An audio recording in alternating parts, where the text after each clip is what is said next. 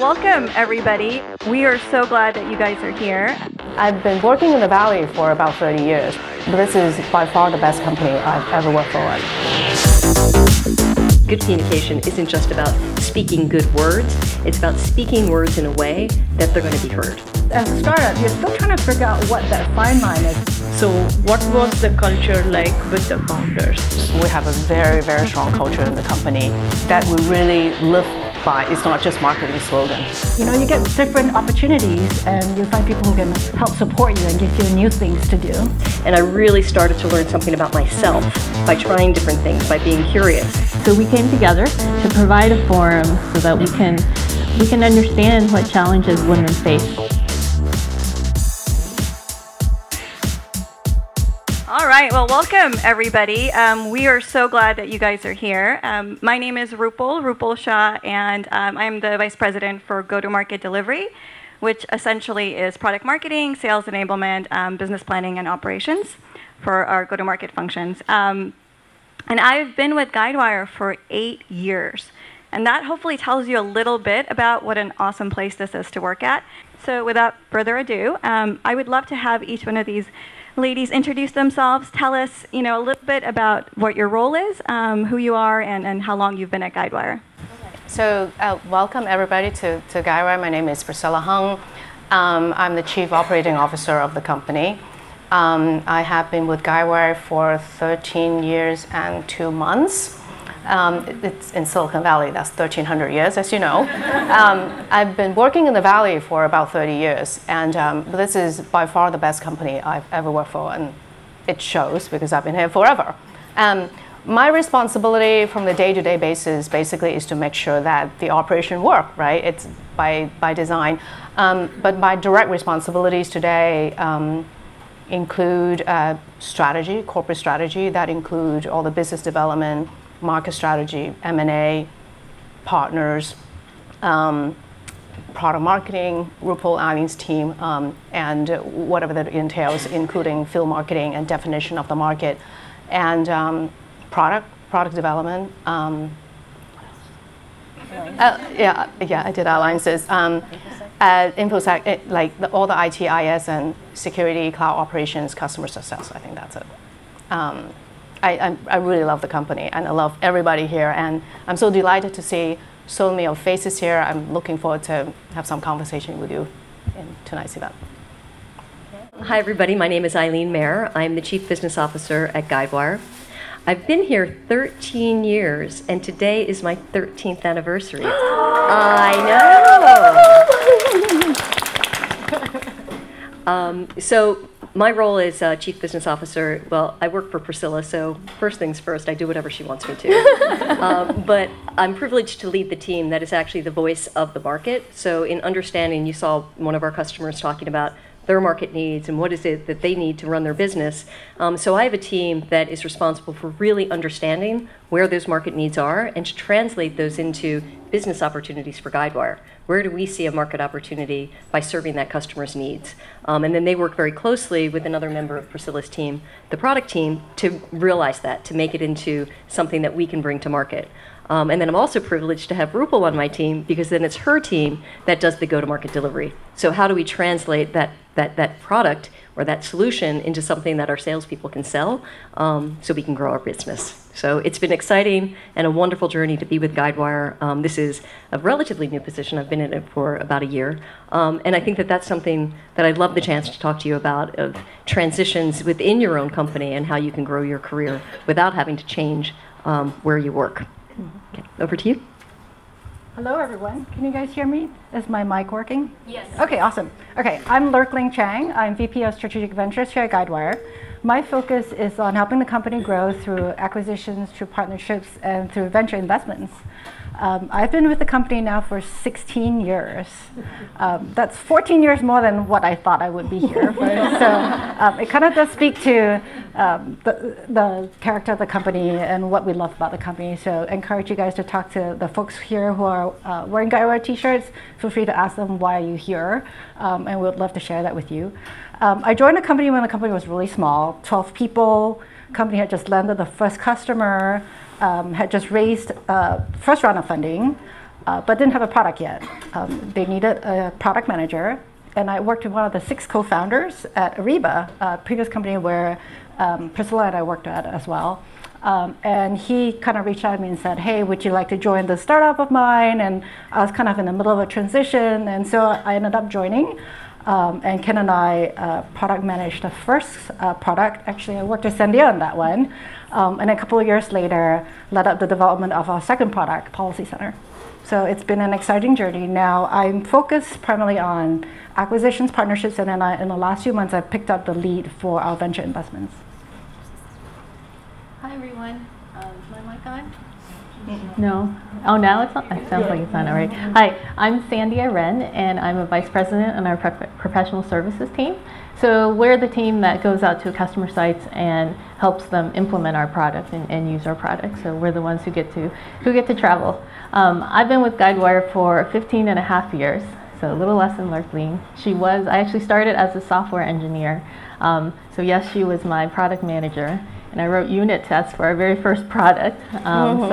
And now I'm Vice President of Professional Services, so I would love to tell you about that journey. I've been very grateful to Guidewire for the opportunities that I've had. So these days I look after our specialized consulting teams. So these are the teams that work on our products outside of our core systems. So this includes our data and analytics products, our digital products, underwriting management, and then competencies like upgrades and testing and infrastructure, all the stuff that people don't like to think about. So that's under the specialized umbrella. And then I also look after what we call the Guidewire Services Center. So these are our delivery centers around the world that have lots of teams of consultants who help our customers implement and deliver our products remotely. So we have 4 offices now. Our largest is in Dublin, Ireland. And then we have a team in Pennsylvania. It's our US team. And then we also have a team in Madrid, Spain. And then we just opened an office in Malaysia. And so for full disclosure, I just got off the plane from Malaysia. So if it sounds like I can't get my words out, that's my excuse for tonight. But I do certainly feel very privileged that it's my job to travel around and meet just exceptional people around the world who all share our values and are committed to the same goals and our customers. So thank you so much for coming. It's really exciting to be here. Okay, awesome. So thank you for that. So let's start with our first question, and this is to all of you. I would love to get your perspective on insurance.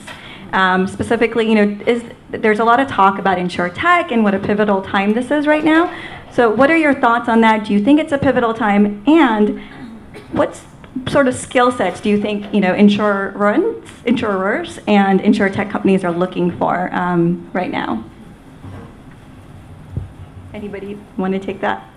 I can't speak unless you give me your mic. There you go. I now have control.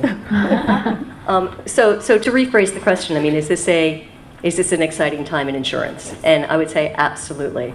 I think we serve the insurance industry. We are an InsurTech, and within the walls of Guidewire, I'm just so excited because every day I get to talk about innovation.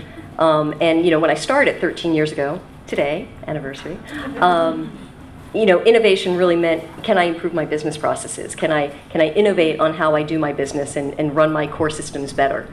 And that's still true today, and you can see the benefits from that video that we looked at not too long ago. But innovation is transforming the industry. So when you look around at disruption, it is absolutely impacting the insurance industry. It's disrupting the way that they sell their products because people are expecting a mobile experience. They really don't want to buy insurance through a broker. They actually don't really even understand it. People are looking for insurance actually more associated with the service. I mean, sure, everybody here is an Uber driver, maybe any Uber drivers? An Uber user. And not too long ago, I got an email in my inbox from Uber saying, hey, with your app, you can rent a car now. Well, actually, I'm going to rent the car, and I'm not even going to think about insurance because insurance is bundled in with that service. So we're thinking every day about what's disrupting and transforming the industry because we don't want to deliver products that they just need today. Certainly, we're doing that. We want to think about what are the products that they need to deliver in the future. So I think that if going back to the second part of your question, what are insurers looking for? I mean, they're looking for creativity. They're looking for innovation themselves. They're looking for ways to do things differently because they really don't want to just continue to do what they're doing today. Okay, anybody else want to take a swing at that? Yeah, I can chime in. I think people can hear me. So insurance is really changing really quickly. In the last 5 years, it's probably changed. If you talk to anybody in the industry, they feel like the change has really come at a much faster pace than ever before. And it's really driven by three things. I mean, Eileen talked about some of the things that are coming from consumers. You and I, we all want different things from our insurance companies than we ever did before. But it's also coming from the insurance companies themselves. I remember 15 years ago going onto the first customer visit and seeing people still using mainframe systems. And it's kind of shocking, right? But that's actually a very common system that people still use. So when insurance companies are still using that, they can't actually deliver the kind of service they need to. It's not because they don't want to, they're just stopped by doing that. So in that sense, it's really an exciting time for companies like Guidewire who have solutions that can help insurance companies provide better service to their customers. And so that's been a lot of also additional investment into the industry that have been it's been in the P&C, property and casualty technology space, for example. In last year, for example, there's been $1 billion of venture funding that have gone into the space. So that's been a lot of startups, and we've been kind of the beneficiary of that, being one of the leaders here. And so the industry has seen a lot of change, and insurers themselves are looking for new solutions. And it's one of the best times to be in the industry right now. So I thought I'd address your question about what I personally think about insurance. And I'll be honest, when I started 15 years ago, I just followed good people to Guidewire. I didn't really think too much about the domain or even the product that we were working on. But over the last 15.5 years, I definitely developed a true, very strong appreciation for what insurers try to do. And it's been amazing to see it evolve over the years, but certainly we've seen a lot more when it comes to natural disasters. I'm from Houston, and we went through Harvey last year, and so that really hit home when I was hearing my neighbors, and just that was all that the talk was about in the neighborhood, and it was claims and all these terms that I understood. And when being in professional services, what I love about it is I get to go out and I get to meet with our customers and understand their business goals. And their business goals are about how to help people like you and me when we're in our biggest time of need. And that's pretty awesome. So, in the beginning we used to say, well, insurance isn't glamorous and whatever. We didn't talk about it too much. But actually, I think insurance is awesome.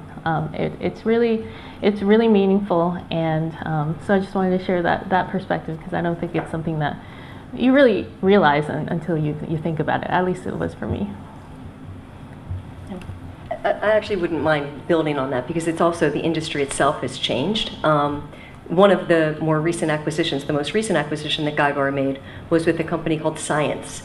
And it really is representative of how the insurance industry has shifted, because 13 years ago, there wasn't the need for something called cyber insurance or cyber risk. But now there certainly is. I mean, innovation in technology has actually created a new risk for us. And so this is really incredible, because what Science does is they have created a data engine that allows them to sweep up massive amounts of data so that they can use algorithms to detect where cyber risk is.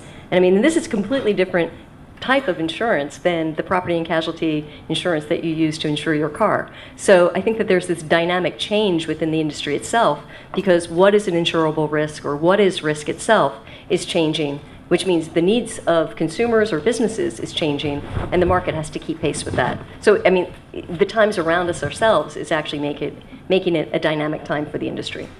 Yeah. So maybe I just be really brief to round up. I think the ladies will touch on a lot of points already, pretty complete. But just a few words. I echo Sandy's sentiment. When I joined Guidewire in 2005, and I joined 100% because of the founders. I've known 4 of them from my previous job, and I had no idea what insurance industry is. And in fact, when Marcus, our CEO, co-founder, called me and said, come join us, I was like, why do I want to work for a company that serve the insurance industry? All I thought about is I have to write money to them, and and when I have a crash, that it takes them a long time to pay me. That's just, but it's a little bit of a learning curve for me. But very, very quickly, I have completely fallen in love with this industry, because you got a preview of some of the videos that you've seen, but genuinely, you are our customer, right? The insurance carriers. They're generally full of people that spend a life and their career in making people whole, right? So, and they're learning every day and trying to respond to the market. And right is an inflection point, because it's only very recently that all of us spend all our waking moments looking at devices, right? This morning, I don't know whether you guys watch morning television. I live by them, right? So it's one of the morning news. It says that an average person, I believe it's an adult, it didn't say age group. It says that it spent on the average of 11 hours on electronic devices. And between the age of 50 and 65, 13 hours. So I don't know how many hours people sleep, but imagine that you spend so much time. And people don't talk to each other anymore. My husband and I were texting each other the other day. I was like, we have to stop this, right? So and what the insurance company is trying to do is they want to understand this pattern. They want to understand how you live now, because in the past, older people like me, right? You buy insurance, you call the agent, or you fill in the form, but nobody talks to people anymore. I mean, most of you don't have a landline. So it is to respond to the market, respond to this really rapid change because of what technology has come to play. So, and I'm really proud to be part of this team and provide enabling technology for these insurance carriers to respond to your needs. So, awesome. Is my mic on? Can you guys hear me? Oh, there we go. All right. Okay, so let's switch topics a little bit and talk about careers. So what I would love for each of you to tell us a little bit about your career progression, how you got to here, if you made any calculated moves, if you had sponsors, mentors, just, kind of tell us a little bit about your journey to where you are. So. Me first? Okay, sure. My career journey, it's, you might expect me to say, you must plan your degree that you study and you plan your steps. Absolutely negative. In fact, I go completely opposite side. And for those of you who were raised by Asian parents, right? I'm sure that you will appreciate what I'm talking about. My parents wanted to be a doctor or a lawyer or a doctor or a lawyer, right? But especially, I was pretty good at my grades when I was younger and whatnot, but I'm terrified of blood. And my grandmother said, don't be a lawyer because you will have to represent bad people. So any case, so those paths are gone. So I just sort of like meeny mo. So what did I do? So I ended up picking an engineering degree. It's actually by sort of elimination as opposed to plan. If you really ask me what I wanted to study, I wanted to be an artist. Right? So I was a trained ballerina. I played pianos. I was a performer. So I wanted to be an artist. My parents said, no. So you know how it goes. So I got a degree that I didn't really want to go for, and then I was like, I need to look for a job now. So I sort of really stumbled I finished my degree in the East Coast, and I came over here because of a boyfriend. And 2 months later, we right? So then it was like, okay, all right, I need to look for a job. And it really completely, out of the blue, I got a call from a friend from high school who worked for Oracle. And Oracle at the time in 1989 was a very tiny company. And they were not in the Redwood Shores, they were up on Belmont Hills, and said, come work for Oracle. I was like, why do I want for a database company? So I went through an interview that basically, in hindsight, if I were interviewing me when I was back in 1989, there is zero chance I would offer this girl a job. Because, the interviewer asked me, I'm sorry, am I like running out of time? It's a pretty long story. And it basically is saying that, so what would you like to do? You have an engineering degree. Would you like to be an engineer? Absolutely not. Right? I was like, okay, so what do you want to do? Do you want to be marketing? what does marketing do? I mean, so how it goes, right? So I said, okay, yeah, good, great, I'm going to hire you. So that's when I started at 1989 at Oracle. So in fact, I hopped many jobs in the first 10 years because I actually didn't really want to be in the discipline. I wanted to be an artist, remember? So I hop around. I didn't have a compass, but I was fortunate in my career in the last 30 years that I ran into two people. Both of them are my manager, and they saw, both of them saw, that I'm someone that could be cultivated. So I followed my first manager to 3 jobs. And I finally, many jobs later, I landed at Ariba, and I met someone that really wanted to develop me. And he hired a professional mentor for me. And the professional mentor was a retired women executive, and she completely changed my life. She completely, utterly changed my life by basically putting a program together, told me 5 things I need to change, including my voice, right? So squeak like this. Don't talk like a girl. So you have to talk with a certain voice. It's my work voice. And the second thing is, you won't believe this, is that you smile too much. Stop smiling. I was like, stop smiling. So it actually took me a long time to really understand why do I need to stop smiling. The third thing is when you're in meetings, talk at least once, speak at least once. Don't go to a meeting and be complete silent, because if you're complete silence, you become irrelevant, right? So even you're repeating what other people are saying, paraphrasing it, just speak once. And how you dress, how you present yourself, and now I forgot what the 5th thing is. But there's 5 things. Write things down. Oh yeah, sure. Yeah. So those things really completely changed my life. I would have to say that my career really started to go somewhere after I practiced what my mentor told me. And after Ariba, I thought, the 4 of the founders actually came from Ariba. So it's again because of people I joined here and the opportunity that the founders created for me, and I got the opportunity to do a lot of things that I have absolutely no experience. 0 experience. It's not planned for. It's not because I've experience. It's all because you have a new problem to solve.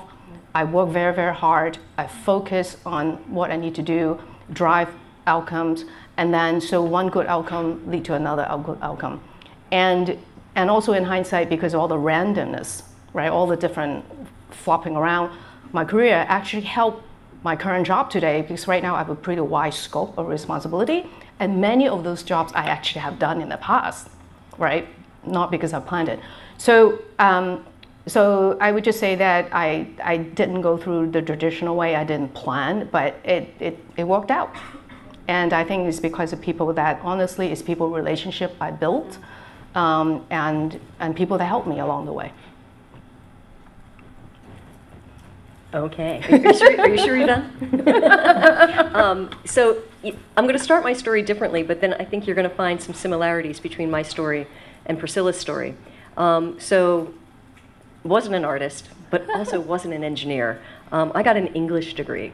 I mean, I remember telling my father that I wanted to move from accounting to English, and that was a pretty difficult conversation, at least for me. He took it pretty well, but it was when you get out of college and you have a Bachelor of Arts in English, you do kind of struggle a little bit to say, where am I going to get a job? So this is where I think this theme of two pieces of advice: be curious and also be open to luck. So I think my parents felt a little bit sorry for me. I'm trolling around, living upstairs, and they're like, "You need a job." And so again, be open to luck. Take advantage of favors. And so I got an interview with an insurance company. And really, if you're an English major in liberal arts, actually, insurance is a place that we'll consider. And so that's how I entered into the insurance industry. And then the curiosity kicked in, because I was curious about, well, what is it like to be an underwriter? Had no idea. Learned that trade. also saw what other opportunities were available for me within that insurance company. It was Liberty Mutual Insurance. I was living in Philadelphia, and I got the opportunity to move up to Boston, and I took a role in a training organization. And so, again, within the same organization, exploring different opportunities, different interests, and I really started to learn something about myself by trying different things, by being curious. And through that, I got an opportunity to go into risk management, and I joined a consulting group, and that required me to get an MBA. So it's like these things start to build on each other, and you follow a path. There's something that you do when you get your MBA and you've worked for an insurance company for 10 years. You quit and you get another job. And so that's when I left and I moved to PeopleSoft, and this is where I entered into technology. But again, being open to luck, why PeopleSoft? How could they possibly even consider me? It's because somebody I went to grad school with. I called her up because I just wanted to get some advice from her. I wanted to understand how she made a career transition. And so by reaching out and having a learning conversation, she actually wagged her finger at me and said, I know exactly what you need to do. And I mean, we all want somebody to say, I know exactly what you need to do, give me the answer. But she was right, and she turned me on to this profession I'd never even heard of, and it was called sales consulting or sales engineering. And it's where you have this opportunity to help customers, you're consulting with customers, you're understanding what is the business problem that they're trying to solve, and then you say, oh, well, I have just the thing for you. And then you go into a product demonstration and you show them how this product that you have can change their life and transform their world. So it's a little bit of performance, it's a little bit of teaching, it's a whole lot of consulting, and it requires a lot of courage and empathy. And I loved that. So I worked at PeopleSoft for quite a number of years. We got acquired by Oracle. And I went on that journey too, but it was within a couple months that I moved out to the West Coast. Another similarity, poor guy. And within 2 months of being out here, my phone rings, and it's somebody, again, that I used to work with, and he had just joined Guidewire. And he said, Eileen, they're starting this team, it's really cool, I've met the founders, they're doing something very different, it feels like PeopleSoft, because that was a bit of a culture, a bit of a cult. And he said, but there is one thing you need to know. They serve the property and casualty insurance industry. So, he's kind of pitching that to me like, you're going to have to deal with that. I was like, David, there's something you don't know about me. So, I mean, with Guidewire, it was bringing together 10 years at Liberty Mutual Insurance, a number of years, I won't give it to you because then you can figure out my age, at PeopleSoft in technology. And then I joined here in 2005 and worked with Lurkling because it was Policy Center, the second product, that I was able to go out and start to build the sales consulting organization.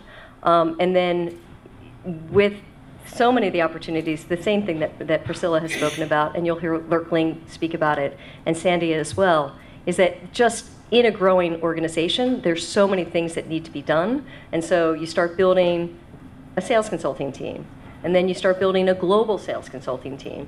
And then you realize, well, we really need a demo team infrastructure, so we need to build that. And then, well, we really need to enable our sellers better as we're starting to scale the organization, so you start to build that.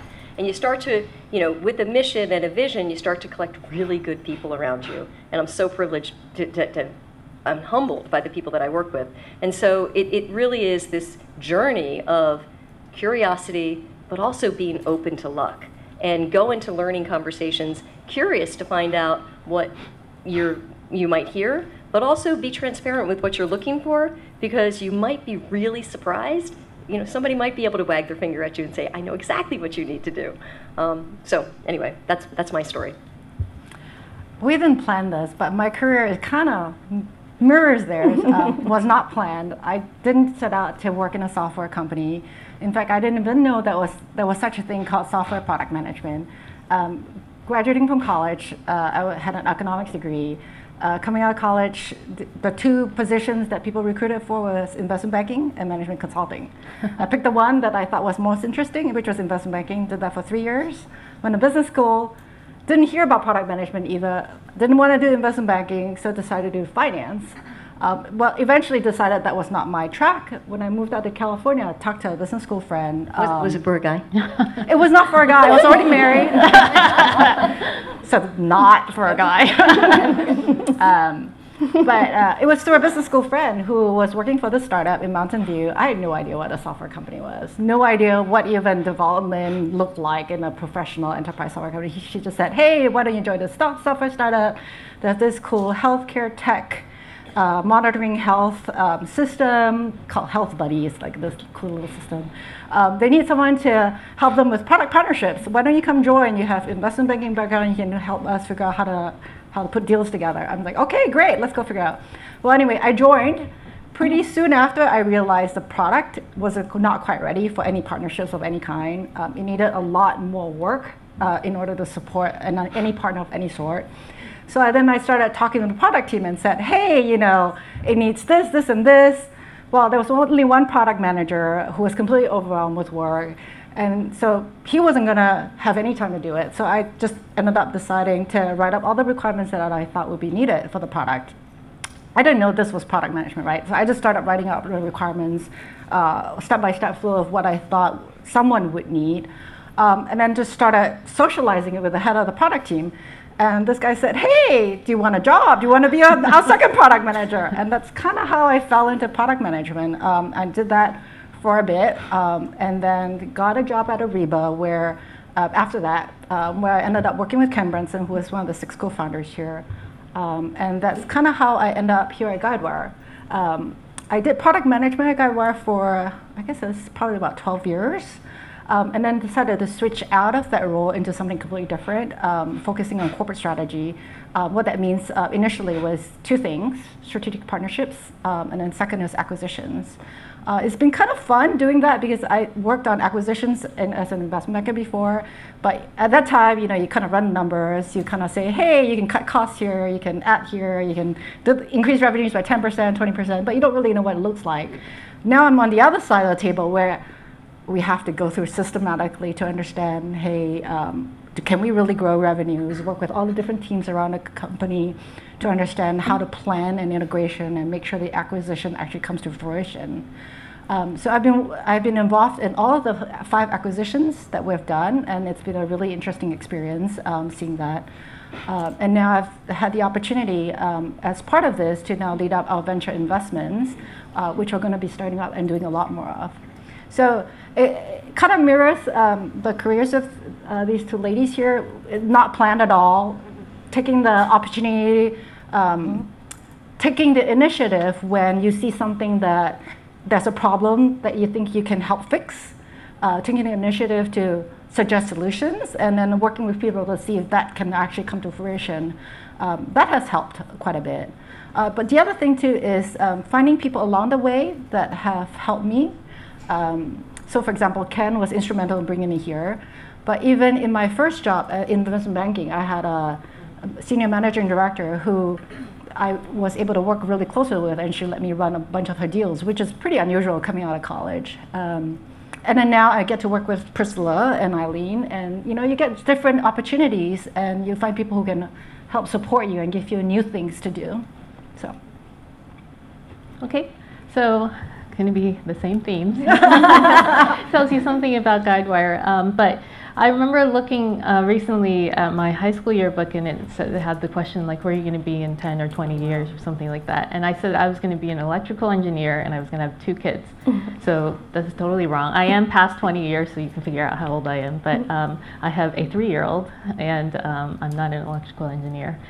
So certainly my life didn't quite turn out the way that I thought it would be. But I did start out on that path, so I did get a computer science degree out on the East Coast. And then I came to California, actually followed the gold rush because that was during the .com boom. But I caught the tail end. So when I joined the company that I joined, I think the stock price was at like 200. And when I actually started, when I got the offer, it was 200. When I actually started, it was like 20. So I caught the end, so had to work. Anyway, so actually, and it's all about people connections too. So the reason that I actually ended up at that company was because of somebody named Charlie Lee, which some of you guys know from the industry. he invented Litecoin and all of that stuff. But Charlie and I were in school together, and he said, hey, I interviewed for this great company, you should really come and meet with them. So I met with them, and my hiring manager turned out to be the CTO of Guidewire, the future CTO of Guidewire. So I worked with him and had fantastic mentors there who taught me how to be an engineer. I think in school you learn how to code, but that's pretty much it. And I had a mentor who taught me how to work with requirements, not to just build whatever was given to you, but take a step back, understand why, and make sure that you feel like this is the right way forward. I don't think that's something you learn in school. So just the start of learning from many wonderful mentors along the way. Anyways, really, it's when one door closes, window opens. So as was happening often there, the development at the company that I was at, because they had gone from 220, so the team was getting smaller and smaller, they eventually decided to outsource everybody to India. So I was told that I had 6 months left. And I kid you not, that very day I had lunch with former coworkers who had left, and they said, hey, Guidewire's hiring. Are you interested in coming to meet with us? So, sure. It was my old team, my old hiring manager, and all of my great mentors who were over there. So that's how I ended up at Guidewire. And like I said, I wrote unit tests for our very first version of our product. And then was a software developer for a while, and I thought, yeah, this is the path I'm going to do. But that lasted probably just for 3 or 4 years, and that was when I started thinking, do I want to do something different? And it was starting to feel a little routine, so I thought maybe a different industry, maybe just needed a change. And I actually started looking outside of Guidewire. And then I remember what pretty much changed my life. It was an email. So again, full disclosure, I am a huge Red Sox fan, coming from being from Boston. So huge Red Sox fan. And the year was 2004. And our Liberty Mutual had just gone live with our first product. And our head of professional services said, they're so excited. They're as excited about the go live as the Red Sox winning the World Series for the first time in 89 years, which is impossible, but that's what he said. And a light bulb went off in my head that, hey, maybe I can stay at Guidewire but do something different here. Maybe I can move into the services team. And it would also give me the opportunity to move back to Boston, which is what I had been hoping to do. So at that time, we were still pretty small. I mean, it was 2005. And so I went to Ken, and I said, I have this really crazy idea. And I told him about it. He said, and actually I was working on Policy Center then, and he said, it's not a bad idea. You built Policy Center, so you can go implement Policy Center when we sell it. Well, I learned really quickly how hard that was. Lots of lessons learned there, but he was really open to it. And again, I think that is just a leadership style that I want to emulate. It's being open to people's ideas, and I really appreciated that he didn't say, that's crazy. So that really kicked things off. I found that consulting professional services worked really well for me because I really like to understand the business side. But I still got to use my technical skills in helping our customers come up with solutions that would work for them. And then from there on, just within Guidewire, I was open to opportunities, and I had managers who had crazy ideas too, and for whatever reason would let me help them implement it. So I think there are many times throughout my career where I was given a role that we could have easily hired for externally and would have found somebody who had been doing it for 10, 15 years to do a really good job at it. But no, they let me have a shot at it. I don't know why, but I'm really appreciative of that, and I think it's a big part of our culture, as you've probably heard throughout what the other ladies have said. So now, as a leader, as a manager, that's what I try to do as well. I'm so grateful for all the different roles that I've had because it's given me a really good perspective of the business, and that's the type of career path that I want to give to my team as well. So my team really focuses on growing people, development. I highly encourage transfers. We transfer a lot of people between consulting and product development, even over to sales consulting. And education all over. But I think it's a win-win for both the company and for our team member. So that's my story. Okay. All right. Well, hopefully that gives you some insight into how these ladies got to where they are. So I'm going to do a quick hit. So just because I want to make sure we have time for these guys to ask questions. So we'll start with you, Eileen. Okay. So you're known for your presentations. Do you have any tips, tricks, anything to share? Sure, no pressure, right? So, I'm going to tag off of something that Sandia said, because she said, start with why. And so if you're doing a presentation, you're thinking about a presentation, first have an answer to that question. Why am I giving this presentation? I mean, one of the questions that I'd like to challenge people with is, what is going to be different in the universe after somebody sits through your presentation? So why? And so in articulating that why, you really want to define for yourself where is the audience starting from, and then where do I want them to end up? And then I can get into a lot of techniques of how you tell that story. But I think the most important thing is to also remember that it's not about you presenting it. So I've got this idea. I want this idea to get across. I've got this audience that I know why I'm doing it, but I've got this audience that I need to pitch it to. So you've got to spend a lot of time thinking about, who is my audience? Why are they coming here? Why are they listening to me? What do they want to get out of the presentation? What do they want to get out of this meeting? How are they hoping that their world is going to be different after they listen to me? And I think that that's where a lot of people fall down, because people get so in their head about presentations, and they're in their head because they're thinking about themselves. They're like, I'm going to embarrass myself, or I'm going to put myself out there and people are going to be judging me.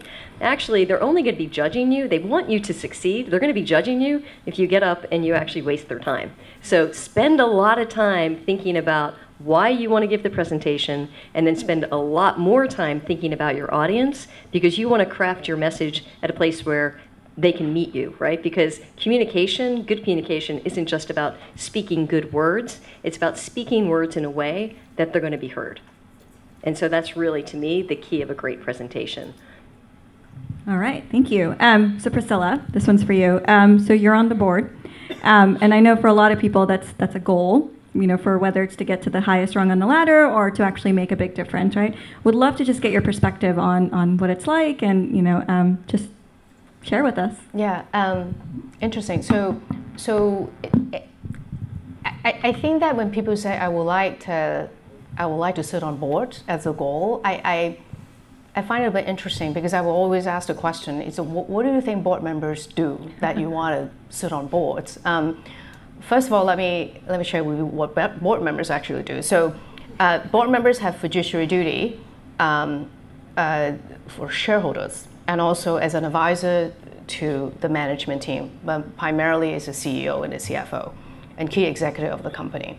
So they show up in board meetings 4 times a year typically, and a little bit more if you are participated in some varying committees, like compensation committees or audit committees, so on and so forth. And of course, you get compensated for that. And when people say that they want to sit on boards, you have to understand, just like why do you want to be in a certain job? You want to know the job description, right?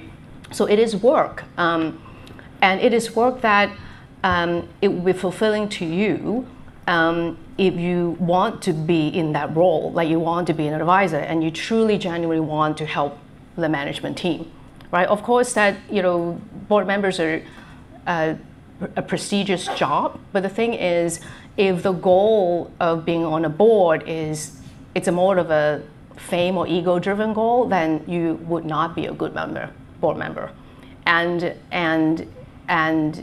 people can smell it, right? So because you gotta be interviewed to get on the board as well, and management team will seek out attributes from you or your vibes that why do you want to sit on the board, right? And how do you help them?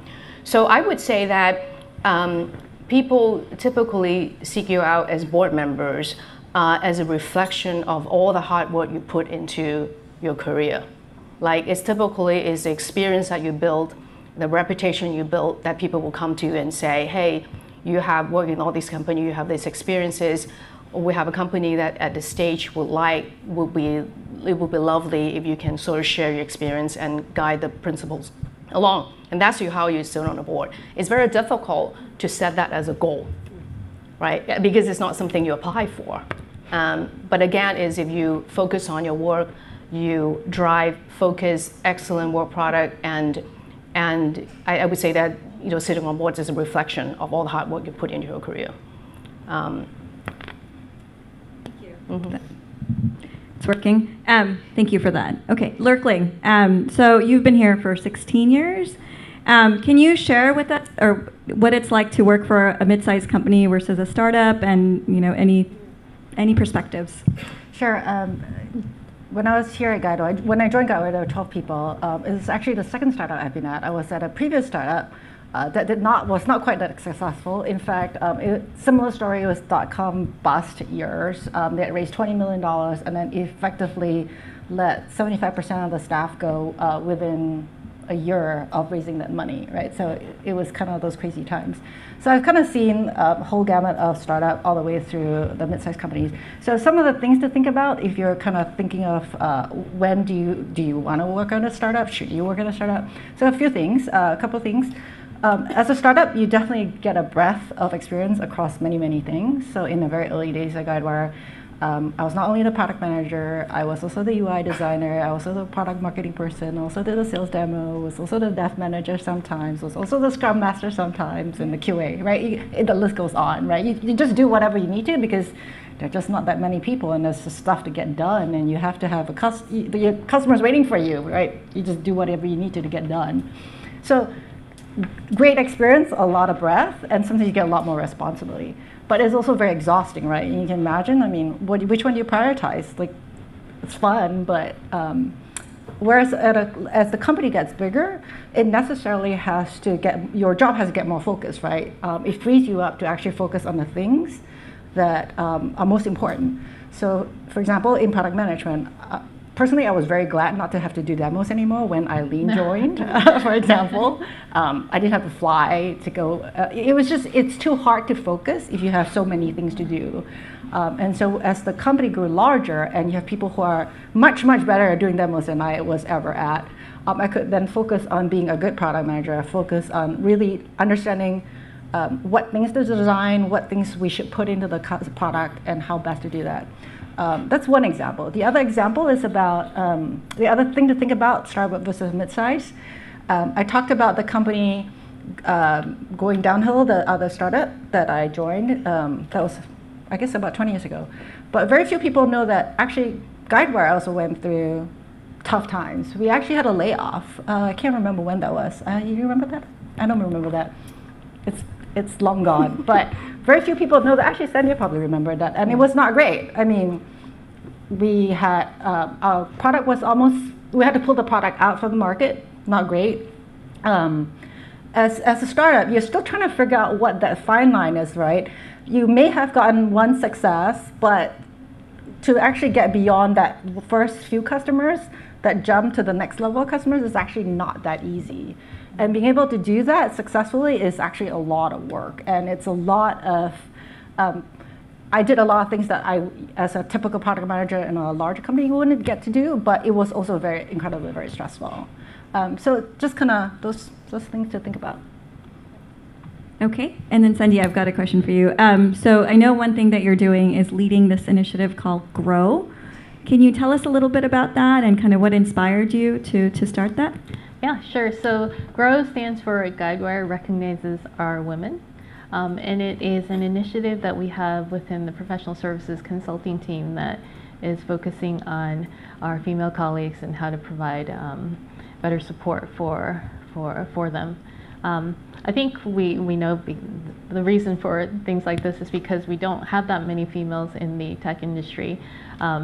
And then you add on consulting, IT consulting, and then that number really dwindles even more. And so it's something that's been in the back of my mind, and then certainly, of course, their current events have raised it to the forefront as well. But I have to say, it wasn't really me. Actually, there are a lot of people on the services team, a lot of women on the consulting team that I think we're sharing the same sentiment And so we came together, and our focus is I think most importantly to provide a forum so that we can understand what challenges women face in consulting and in IT consulting, and then hopefully figure out things that we can do to make it better. And as part of my own research and development, I had gone to a women's conference earlier this year, and I found that just being within that forum and being able to talk to other women like me was a huge help. I mean, to be able to hear that one of the most accomplished people in science felt the way that I do, which is a hot mess a lot of the times, was comforting. To talk to other women, and I see imposter syndrome right in front of me. It's like yelling at me. But to talk to other women who also feel that way, that I have no idea what I'm doing half the time, but I'm going to figure it out. It was really comforting to me. So that's really what we want to do in the beginning, is to provide that forum, because I think events like this it really helps me to be able to talk to other people who are in similar situations and realize that I'm not alone. So those are the things that we want to do with this, is to look at women in our consulting team. It's hard with the travel, especially those who have families and who have kids that we want to be home with, and see what we can do to make things better. And then second, just as important, is to raise awareness. Guidewire has a great culture, and we have collegiality as one of our strongest traits. But even so, I think there is awareness that can be raised about the challenges that women face. And when I've spoken to my male colleagues about this, they've been very receptive. So I'm excited to see what we can do with this. Awesome. Okay, so final question. And then I would love to get some questions from you guys. So tell us your most embarrassing moment, professional. I'm glad you qualified that. Who wants to start? I don't have any. Come on, I can't think of. Okay, you go. You go. Where do I begin? So it's funny that you asked me the question, Rupal, about presentations, because actually my most embarrassing moment actually comes from a presentation. So don't do this. So I'm working for PeopleSoft. We're doing a product launch, and we've got, I don't know, 500-600 people at the Hilton up in San Francisco. And it's a big stage, and everybody's in the audience, and I'm giving a demo, and I'm doing it with my boss. And so I'm up on stage, and I'm up towards the back. And if anybody here has ever seen a product demo, I mean, actually in the audience, you really can't see anything. You have to use big sweeping motions. So up here, you see blah, blah, blah. And if you look down here, and with one sweep of the arm, I fell right off the back of the stage. And I was just gone. I was just gone. And and I'm all mic'd up, and so it's a tuck and roll, and I'm like under the stage. Oh my God. Stage. And the one thing that did happen that was actually good about this is that it was right before lunch, so now everybody is now up. They're like, and they're like just waiting, right? Because again, I've got the mic on, and they just start to hear. And so I'm giggling, kind of under the stage. I'm sure, I'm in total shock. So I come out from underneath the stage, and I pop my head up. And I think the really embarrassing part of this story is that at the time, I had really short, bleach blonde hair. So I think that's really the more embarrassing part. But they see this blonde head, suit that I've got on this suit. I climb back up on the stage. I don't even use the stairs. I just climb back up. And and you don't know what to do. So I'm like, well, I guess I'll just pick up where I left off. So I try to get back into it, and I'm like, and so if you look down here, and I could just kind of tell. I mean, I wasn't settled down, the audience wasn't settled down, and if you've ever been on a big stage like that, and you've just got these lights in your eyes, you really can't see anything. So I kind of look out into the dark where I know people are, and I just kind of look at them, and I pause, and I say, I wish I could say that was my most embarrassing moment. And they're like, oh, okay. So I finished out the demo, and then I think I went back to my hotel room, and I crashed for a good 8 hours. But, I mean, I think from that, it's kind of like, just keep going, right? You can try to keep it out of your head, and you just get it done. So that's fine. One of mine. Anybody else willing to share? Mine is somewhat similar. 10 years ago, we have an annual user conference. And this was probably about 10 years ago. I was doing hey, intro to new things in Policy Center, talking about all the cool stuff that we have been doing in the last year, all the accomplishments, and then talking about one of the biggest news that we had was a new partnership that we had signed. And I completely blanked on the name of the partner. Completely. Oh, no. No idea. Silence for 2 seconds. It felt more like 2 minutes, right? Luckily, someone from Guidewire shouted out the name for me, and I just tried to go on. Lesson there is, as they say, just go on.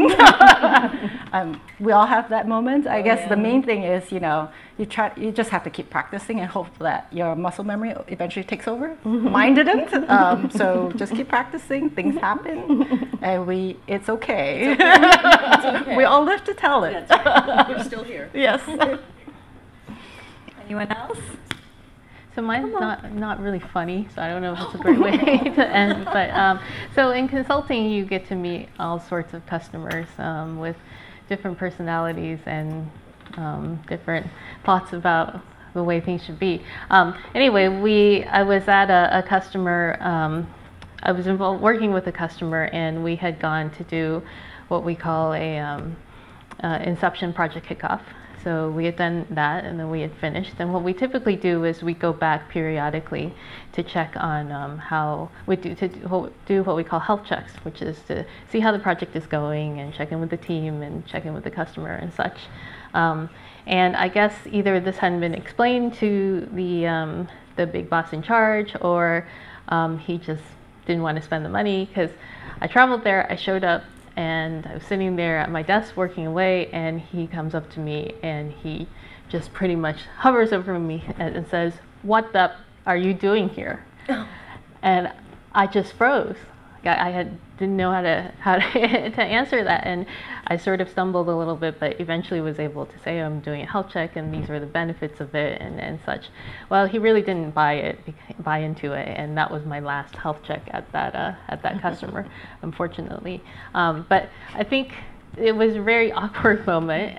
But now, actually, my coworker who was there with me, he tells everybody as a joke, because he thought it was just the most hilarious thing ever. So we can laugh about these things years later, but I think, at least for me, the lesson learned was that actually I think he was trying to intimidate me, and I thankfully recovered and just have confidence in what you're doing, and I got through it. I really don't have anywhere I go think. Maybe just like a little while ago, I forgot what was the fifth thing that my mentor. But now in hindsight, I've been like the whole time thinking, what's the fifth thing? And now I recover, because like there's actually no fifth things. It's the fourth thing. So I think we would love to open it up for audience Q&A. Do you guys have any questions, concerns? Be shy. There's one. Mike. Hi, am I talking about? I can hear you. Yeah. Okay. Hi, my name is Kira. I'm kind of early in my professional life. I too work at Oracle, first job out of college. Didn't move to the Big Four, a boy, and I'm from here. But I'm just wondering. I currently work in one line of business sales, and I've been passively, but more lately actively looking to kind of move into another line of business. Sales just hasn't been for me, but I'm struggling quite a bit. I get calls and emails from recruiters for sales positions, but not quite marketing or product management or customer success, things that I consider. Do you have any advice from your experience just transferring lines of business? Yes. So I mean, I think that if you have sales experience and you've been out, with customers, and you have, had difficult conversations, because selling is not easy. Selling in technology is actually very, very hard, and you're facing a very skeptical audience. And I think that there's, you have incredible understanding and empathy for what that sales process is like. I think that there's a ton of jobs out there in what's called sales enablement. and actually going in and saying, okay, I'm going to go inside the company, but I'm going to think about the processes of what it takes to actually scale messaging, because you know what it is that the sales team needs in order to be effective. You know, big marketing decks, right, that have value propositions that, you know, start talking about the company first. I mean, that doesn't actually help you sell. So you can come in and you can help organizations understand, how do I actually make my sales team more effective? And I know that there's a huge hunger within the organization, within the industry, to actually be able to fulfill that. You know, people typically go into marketing jobs and stuff. I think that given your experience, that's a really good transition. And I think one of the people that you should talk to after we get done is this woman over here, because she worked with me, but it was really her hard work that instituted sales enablement here at Guidewire. And so I think that, you know, we could probably give you a little bit more insight of some other things you could be thinking about. But that would be something I would think that would be worth you exploring. I think there was another question. Yeah. Similar. I'm actually in sales enablement, and I have a pretty diverse background. But I kind of want to scale back into marketing, and I'm finding that because my background is so diverse, it's hard for me to market myself to a particular skill set. So how should I go about doing that? I feel like Rupal should start to answer some of these questions too. So with sales enablement, and you're thinking about going into product marketing, or like more corporate marketing, or more corporate marketing. Yeah, I mean, I actually think that I'm going to now reverse it, but say the same message, which is, I think the most important thing is to have empathy for the audience that you're trying to communicate to, right? And so I think when there's the corporate marketing, you know, sort of mandate, and what we're trying to do in terms of increasing brand awareness and do, you know, demand generation, or just, you know, brand establishment, I think that you're doing it on behalf of the sellers that you're trying to, you know, who are out there in the field. So I think, you know, using maybe that angle of understanding the audiences that you're trying to deliver value to, I think is really important, because I think oftentimes corporate marketing can get a little bit hung up in the brand and the message, and then lose sight of the connectivity to the people they're trying to communicate to. So again, going back to what I said about presentations, there's always two sides to communication. So think about what advantage you bring, what experience you bring in terms of understanding the dynamics of that conversation. Because I think that you do have something special, having been on the sales enablement side.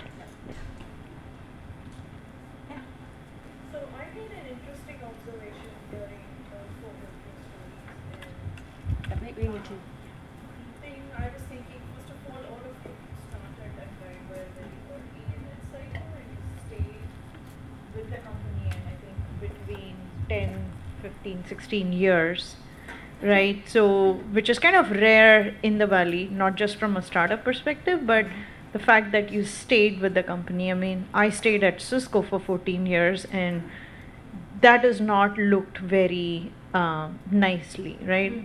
There's a negative connotation. Oh, you stayed too long, you didn't change. But then when I look at my career, I started in engineering, went to business school, went into marketing, I've done sales enablement. I've been through that journey, and I've lived globally, which has enriched my experience even further, given the opportunities I had. I'm just curious, two questions. One is, it seems like Guidewire did the right thing, at least from a diversity perspective. Seems like they retained all of you for all these years and encouraged your growth. So what was the culture like with the founders? The second question is, how do you address the perception issue, which is completely opposite of what we see right now? Any advice, or generally, like, you know, think? So maybe I can take a stab at that. Sure. So there are a couple of things. So your observation is spot on. I would like to go back to your first question first before we address the culture. And of course, we have a very, very strong culture in the company that that we really live by. It's not just marketing slogan, right? And we really believe in collegiality. We really believed in working among equals. And I think that one of the reasons why we stayed so long is, I think, I don't want to speak for all of you, but we genuinely are working among friends. We genuinely believe in the mission of the company. And also the company is, in the last many years, it's been doing very well progressively, right? And so we're all proud of being sort of the founding building blocks of it. And this company really allow a very basically open field for all of us to develop, right? I mean, we all came in a different job and end up here in a completely different job and in high places. So, and there is an environment and an openness to focus on not what you look like or what gender it is, but it's purely on, you know, how hard you work, you're a good worker, and you got recognized. And also, in my particular situation is, I don't have a lot of experience in doing a lot of things, right? But it's so progressively, I added more and more to my plates because my boss believed that you're a competent person. A lot of the problems are, and in fact, I think I can generalize it. And it's unlike you're like a rocket science or you are doing something very specific. And I think that going to school, it's a lot more difficult than working. And in fact, in working, it's every day is your general competence and general problem solving can go a long ways. And of course, with hard work and dedication. And the other thing is really dealing with people. A lot has to do with people communication. You work with people, right? So I think that Guidewire paved a very, very good foundation for all of us to thrive. And not just us, it's all our male colleagues as well. But go back to the negative connotation as, hey, if I apply for another job, you've been here for 14 years. But I think it goes both ways, right? So if I'm interviewing for someone right now who wants a job at Guidewire, and that person has stayed 18 years in a stagnant company, has a poor reputation, bad culture, going nowhere, and you look at the progression of the companies, you know, within the company, that person goes nowhere, then is a negative thing, right? But if you are looking at a company that has a reputation of, like Guidewire, or other places that is small and going very big, it's a very attractive profile, right? So I think you have to put things in context in terms of what you mean by you've been, you know, a dinosaur in a company for a long time. I think the brand of the company and what it represents makes a difference in terms of the perception. Yeah, and I would add to that when we're recruiting, if I see a lot of short stints, that actually can concern me. Maybe just because, you know, we're used to people sticking around so long, but it's certainly something that I will ask. Is it because at Guidewire we invest a lot in people, so and you know, we all like each other, so we want people to stick around and find their career and growth opportunities within the company. But I was at Guidewire for 5.5 years, left for 3.5, and just recently came back. And the reason I came back was because of the people on this panel and Guidewire culture in general. It really is a family environment.